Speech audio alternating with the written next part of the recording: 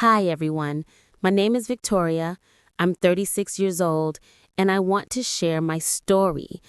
I'm a bit camera shy, so I'll be narrating this behind my photo. But trust me, what happened to me last weekend is something you need to hear. It all started when I stared at the receipt in my trembling hands.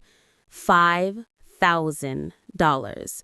The numbers blurred as my vision swam with angry, disbelieving tears. How? Just hours ago, I had been laughing with him. Cameron, the so-called millionaire investor I'd met at the gym. He'd been charming, effortlessly confident, flashing a Rolex, and dropping hints about his penthouse in Tribeca. He'd even paid for my protein shake with a sleek black Amex card. And now, he was gone, vanished.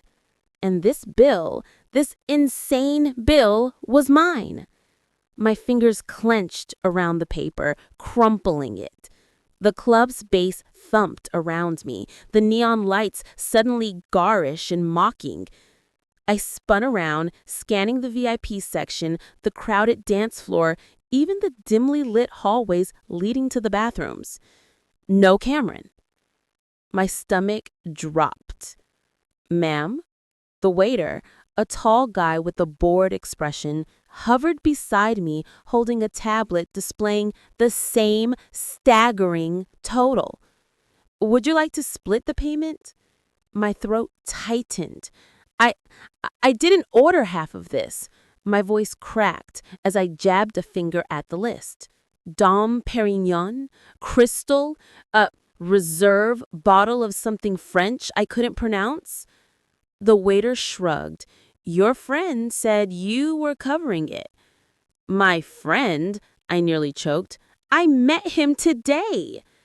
A cold realization slithered through me. Cameron had used me.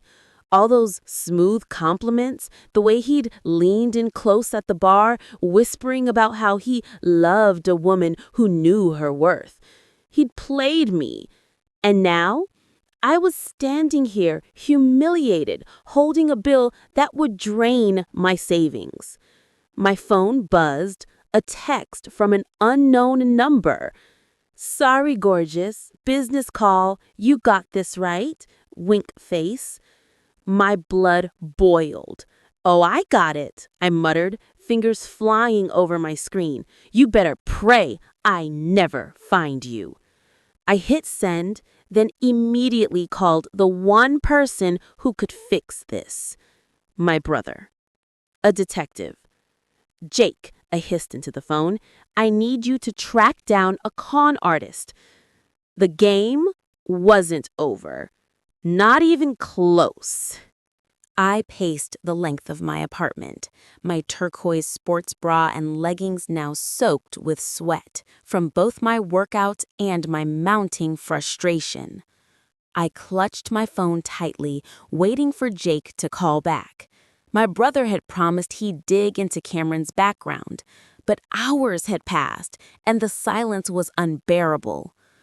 I replayed the evening in my mind, trying to piece together the lies. Cameron had been so convincing.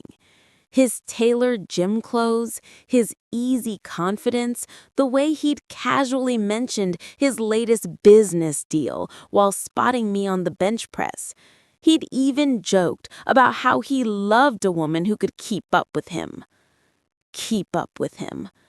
I scoffed bitterly, tossing my phone onto the couch. The sound of my buzzer startled me out of my thoughts. I rushed to the intercom, my heart racing. Victoria?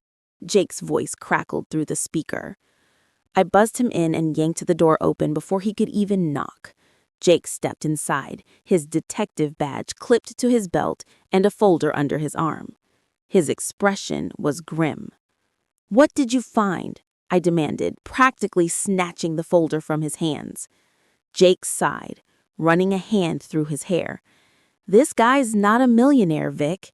He's a professional scammer, and he's good at it. I flipped open the folder, my eyes scanning the documents. Cameron's photo stared back at me, his smug grin now infuriating. Beneath it were pages of aliases, fraud charges, and a list of victims. "Good at it," I snapped, slamming the folder shut.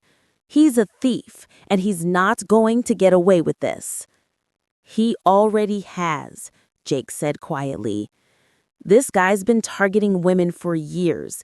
He charms them, gets them to trust him, and then disappears.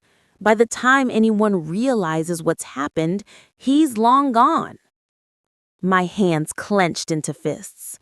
"I'm not just anyone, Jake. I'm not going to be another victim." Jake hesitated, then pulled out his phone.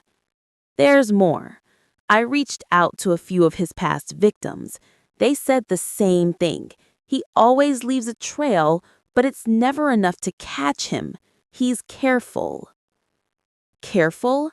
My voice was sharp. "He left me with a $5,000 bill. That's not careful. That's reckless."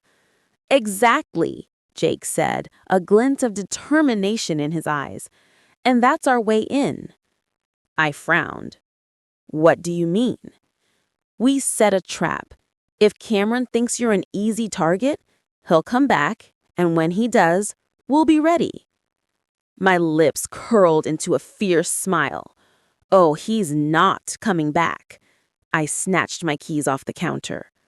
Jake grabbed my arm, stopping me. "Vic, this guy's dangerous. You can't just—" "Watch me," I interrupted, pulling free.